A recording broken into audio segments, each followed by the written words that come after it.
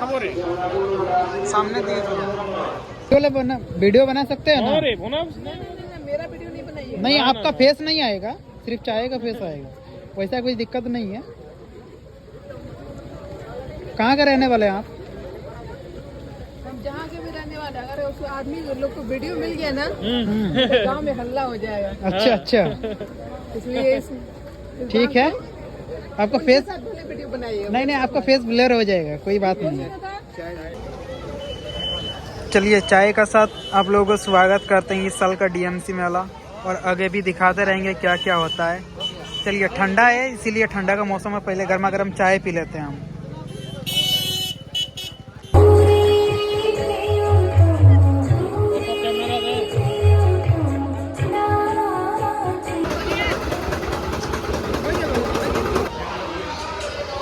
दस टका हो रे।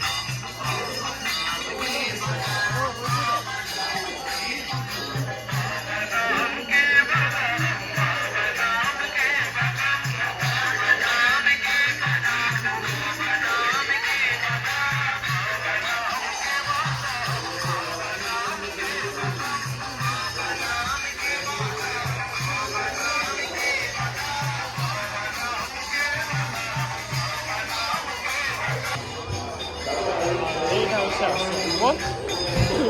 Just one time.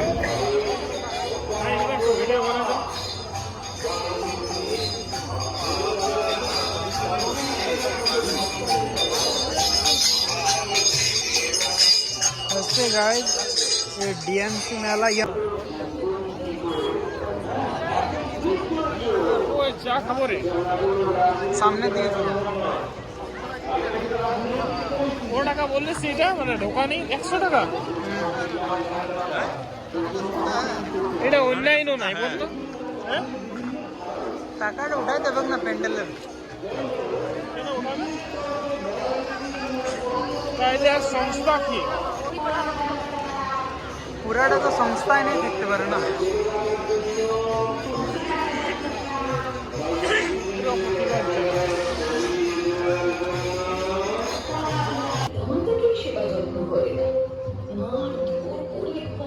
দাঁড়িয়ে দেয় সে হবে জনগণের নেতা।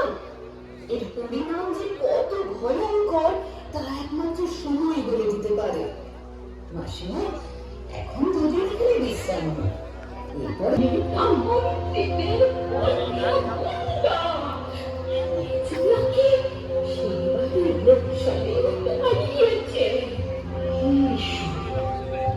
স্কুলের শিক্ষক আর গার্জিয়ানদের দিয়ে বুঝেছ বাবা, পত্রিকাগুলো যে সবাই পড়তেই চায় না, তাই তো?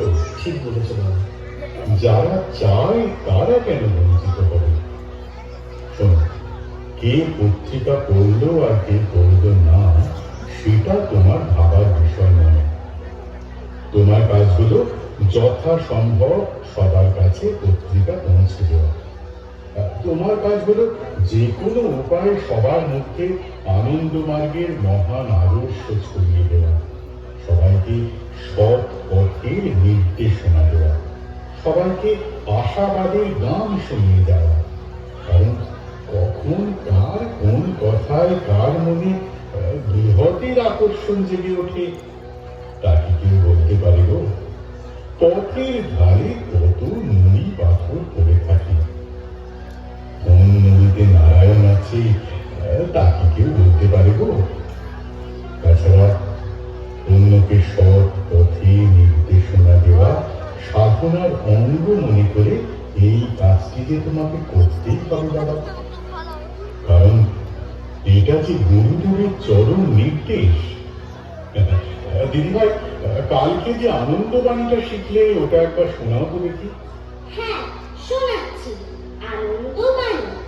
আদর্শের জন্য সংগ্রাম করো, আদর্শের সঙ্গে একত্র হও, আদর্শের জন্য বেঁচে থাকো, আদর্শের জন্য বরণকে বরণ করো। বাহ, শ্রী শ্রী আনন্দমূর্তিজি।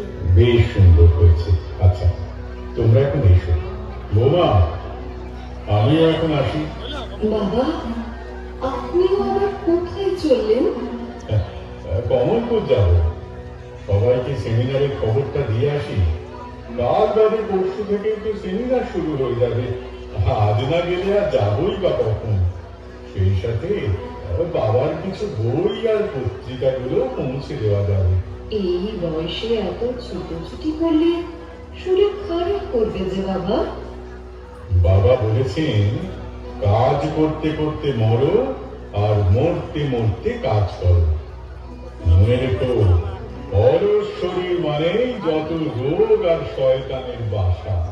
কিন্তু এই কথাটাও ঠিক যে বিশ্রাম কাজেরই অঙ্গ, একসাথে লেখা। নয়নের অঙ্গ যেমন নয়নেরই পাতা। বাবার দেওয়া শরীর বাবাই রেখে নেবে। আমার নেই কিন্তু অত মাথা ব্যথা, বুঝলে? আসি গো, আসি আসি, এখন আসি।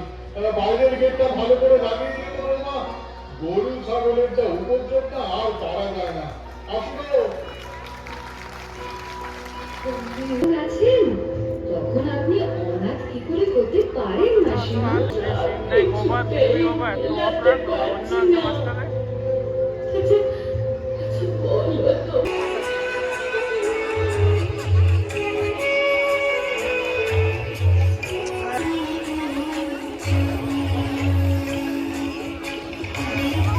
ঠিকই করেছে, লাইটটা বন্ধ করে দিয়েছে, নাহলে সবাই সবাইকে দেখতে পাচ্ছে ওই জায়গাতে কোনটা নিয়ে কোনো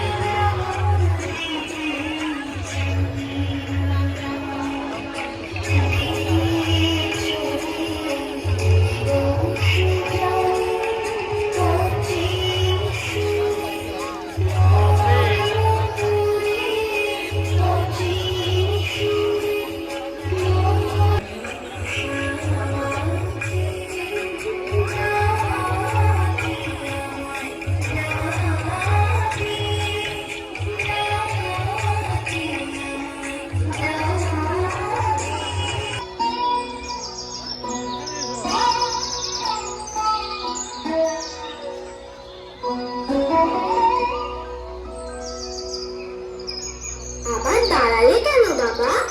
চলো। এবার যে তোমাকে একলাই পথ চলতে হবে মা তুলি। কেন? এই বাড়িতে আমার টিউশন পড়াদার আছে, তাই আমার যেতে একটু দেরি হবে। তুমি এই সোজা পথ ধরে হাঁটি হাঁটি পাপা করে গাড়ি পৌঁছে যাও, গিয়ে খাওয়া দাওয়া সেরে চুপটি করে ঘুমিয়ে পড়ো, বুঝলে? আচ্ছা, ঠিক আছে বাবা, তাই যাচ্ছি। ও মাস্টারমশাই, সঙ্গীত জগৎ থেকে আবার নৃত্য জগতে চলে